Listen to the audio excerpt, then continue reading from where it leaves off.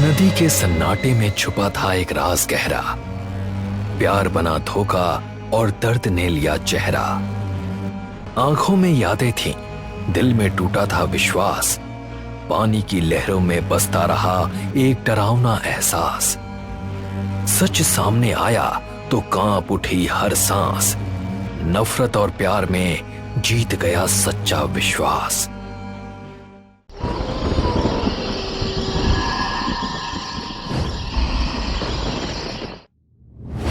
सोनिया अपने बिस्तर पर बैठी है। वो उदास और खोई हुई लग रही है। उसकी आंखों के नीचे गहरे काले घेरे हैं, लेकिन उसकी आंखों में आंसू नहीं है। वो कुछ नहीं बोलती। तभी उसका फोन बजता है। वो अपने बाएं हाथ से कॉल उठाती है। ये उसके डॉक्टर का कॉल है। हेलो। क्या कर रही हो सोनिया? कुछ नहीं, बस यूं ही बैठी थी। क्या तुमने दवाइयां ले ली हैं? अब लूंगी। ठीक है, मैं बस यही सजेस्ट करता हूं कि तुम अपनी लाइफ में आगे बढ़ो। ठीक है, मैं तुम्हें शाम को कॉल करता हूं। सोनिया कॉल काट देती है। वो बिस्तर से उठती है। तभी पता चलता है कि उसका दूसरा हाथ नहीं है। उसका दायां हाथ कोहनी के ऊपर से कटा हुआ है। वो टेबल के पास जाती है और अपनी दवा उठाती है। सामने खिड़की से उसे बच्चे खेलते हुए दिखाई देते हैं। ये देखकर उसकी आंखों से आंसू बहने लगते हैं। कुछ महीनों पहले सोनिया और गर्वित जमीन पर बैठे बातें कर रहे होते हैं। तो अब आगे का क्या प्लान है? बस अब शादी, और क्या। क्या सच? तो कब करोगे शादी?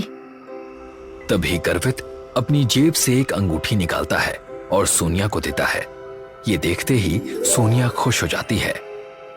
और एक दिन जब गर्वित की मृत्यु हुई थी, सोनिया नदी में खड़ी होती है और पानी के ऊपर खून फैलता हुआ दिखता है। ये देखकर वो घबराकर उसी तरफ दौड़ पड़ती है। गर्वित को ढूंढने की कोशिश करती है। गर्वित, गर्वित, गर्वित।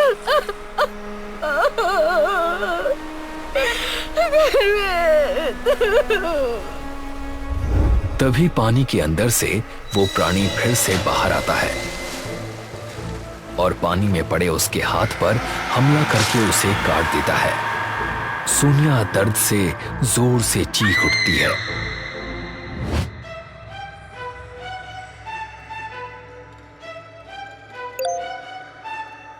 क्या तुम्हें पता चला? उस नदी में आज सुबह ही एक और मौत हुई है। अगले दिन आशिमा चंदन के साथ नदी के पास पहुंचती है। वो कल की हुई घटना की जांच करने आई होती है। वो आसपास ध्यान से देखती है और जमीन पर कुछ निशान देखती है, जैसे किसी को गीली मिट्टी पर घसीटा गया हो। थोड़ी दूर पर उसे एक पेड़ में फंसा हुआ कपड़े का टुकड़ा मिलता है। ये निशान ये किसी बड़े जानवर के हैं, शायद कोई मगरमच्छ या कोई और शिकारी। मैडम, मैंने पहले ही कहा था, यहाँ कोई जानवर नहीं रहता। यहाँ सिर्फ वो रहती है। आप जितना करीब जाएंगी उतना ही खतरा बढ़ेगा। चंदन, मुझे ये कपड़े का टुकड़ा मिला है। ये किसी शिकार का हो सकता है। हमें इस पूरे एरिया को सील करना पड़ेगा। सील करने से क्या होगा? क्या आप पानी को कैद कर सकती हैं? आशिमा चंदन की तरफ सख्त नजरों से देखती है।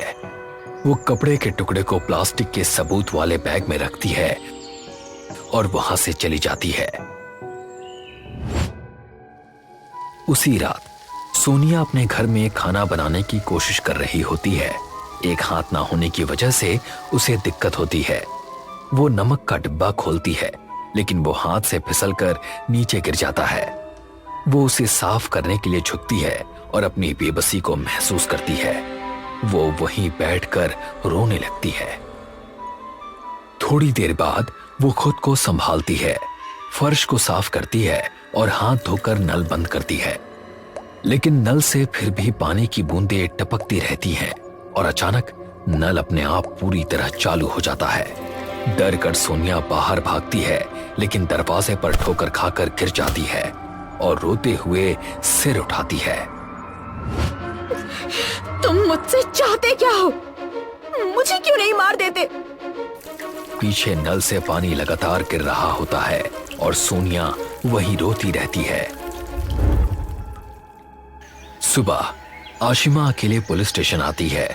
वो अलमारी खाली करके फाइलें देखने लगती है ताकि चल रही घटनाओं के बारे में कुछ पता चल सके। वो खास तौर पर पनडुब्बी से जुड़ी जानकारी ढूंढ रही होती है। तभी उसे 17 साल पुरानी एक रिपोर्ट मिलती है जिसमें सावित्री नाम की एक औरत का जिक्र होता है जिसे गांव वालों ने डायन बताकर पानी में डुबोकर मार दिया था। उसी के बाद से गांव में पनडुब्बी की घटनाएं शुरू हुई थीं। सावित्री का पूरा नाम सावित्री चंदन गुप्ता होता है। ये देखते ही आशिमा समझ जाती है कि वो चंदन की पत्नी थी। वो तुरंत चंदन की टेबल की तरफ जाती है, उसका ड्रॉर तोड़ती है और उसे अंदर कई अखबारों की कटिंग्स मिलती हैं और एक गीली साड़ी का टुकड़ा भी मिलता है। ये क्या? चंदन? जब वो ये सब कुछ देख रही होती है तभी उसे कोई आवाज सुनाई देती है। वो जल्दी से सब कुछ वापस रखती है और वहां से निकल जाती है। रात में सोनिया अंधेरे जंगल में चल रही होती है। वो जैसे किसी असर में होती है और पूरे जंगल में गर्वित की आवाज गूंज रही होती है जो उसे पुकार रही होती है। सोनिया, यहां आओ। सोनिया। वो बिना रुके जैसे किसी बेजान हालत में आगे बढ़ती रहती है। कुछ देर बाद सोनिया नदी के किनारे पहुंचती है। वो पानी को देखती रहती है और उसकी आंखों से आंसू बहने लगते हैं। गर्वित, क्या तुम यहाँ हो? तभी अचानक पानी में बुलबुले बनने लगते हैं और कुछ ही पल में एक डरावनी बिगड़ी हुई औरत जैसी आकृति पानी से बाहर आती है। सोनिया डरती नहीं है। ऐसा लगता है जैसे वो उसी के असर में उसे देख रही हो और उसे वो आकृति गर्वित जैसी लगती है। वो धीरे से अपना हाथ पनडुब्बी की तरफ बढ़ाती है। मुझे अपने साथ ले चलो, मैं और नहीं सह सकती। तभी अचानक एक तेज रोशनी उस प्राणी पर पड़ती है। वो टॉर्च की रोशनी होती है। झाड़ियों के पीछे से आशिमा बाहर आती है। उसके हाथ में बंदूक होती है और वो तेज सांस ले रही होती है। सोनिया, पीछे हटो, ये वो नहीं है। पनडुब्बी अपने असली रूप में लौट आती है और जोर से चीखती है। पनडुब्बी जल्दी से पानी में वापस चली जाती है। तभी सोनिया उसके असर से बाहर आ जाती है और नीचे गिर जाती है। आशिमा तुरंत उसकी तरफ दौड़ती है और उसे संभाल लेती है। वो गर्वित था, उसने मुझे बुलाया। नहीं सोनिया, वो तुम्हें धोखा दे रही है। वो एक शिकारी है। वो तुम्हारे प्यार का इस्तेमाल कर रही है। इसी बीच उन्हें पीछे से ताली की आवाजें सुनाई देती हैं। वो मुड़कर देखते हैं तो झाड़ियों से एक जाना पहचाना चेहरा बाहर आता है। वो कोई और नहीं बल्कि चंदन होता है। बहुत बहादुर है मैडम, पर आप बहुत देर से आई हैं। आज रात वो बहुत भूखी है। चंदन, ये सब क्या है? तुमने अपनी ही बेटी की मौत का इस्तेमाल किया। मेरा बेटा मरा नहीं है, वो उसके अंदर है। जब पनडुब्बी किसी को खाती है तो वो उसके शरीर का हिस्सा बन जाता है। मेरा बेटा अब अमर है और अब गर्वित भी उसका हिस्सा है। मैं बस उसे खाना खिलाता हूँ ताकि वो खुश रहे। आशिमा तुरंत खड़ी होती है और चंदन पर बंदूक तान देती है। तुम पागल हो चुके हो। तुम इंसानों की जान ले रहे हो एक वहम के लिए। तुम्हें अभी मेरे साथ चलना होगा। मैं कहीं नहीं जाऊंगा, पर आप दोनों जरूर जाएंगी पानी के अंदर। चंदन तुरंत झुकता है और जमीन पर पड़ी एक रस्सी खींच देता है जिससे एक गड्ढा खुल जाता है और आशिमा उसमें गिर जाती है। सिर पर जोर की चोट लगने से वो वहीं बेहोश हो जाती है। चंदन सोनिया को पकड़ता है और उसे घसीटते हुए नदी की तरफ ले जाने लगता है। मैं तुम्हारे लिए और खाना लाया हूं। आज ये लड़की तुम्हें पूरा कर देगी। इसका एक हाथ तो तुम्हारे पास पहले से ही है। सोनिया पनडुब्बी की तरफ देखती है। वो बहुत डरावनी और खतरनाक लग रही है, लेकिन तभी कुछ बदल जाता है। सोनिया की बजाय वो चंदन का गला पकड़ लेती है। सावित्री, मैं तुम्हारा पति हूं। मैं तुम्हारी मदद कर रहा हूं। छोड़ो मुझे। पनडुब्बी चंदन को पानी में घसीट लेती है। कमीने, मुझे चुड़ैल बताकर मरवाने की साजिश तेरी थी, ताकि तू अपनी नाजायज पत्नी को घर ला सके। मुझे आदमियों से नफरत है। तूने आज एक लड़की को बलि बनाकर अपनी ही चाल तोड़ दी। अब समय है तेरे अंजाम का। तेज झटके के साथ पनडुब्बी पानी में अंदर चली जाती है और कुछ ही पल के बाद पानी की सतह पर खून फैलने लगता है। सोनिया ये सब देखकर टूट जाती है और वहीं गिर पड़ती है।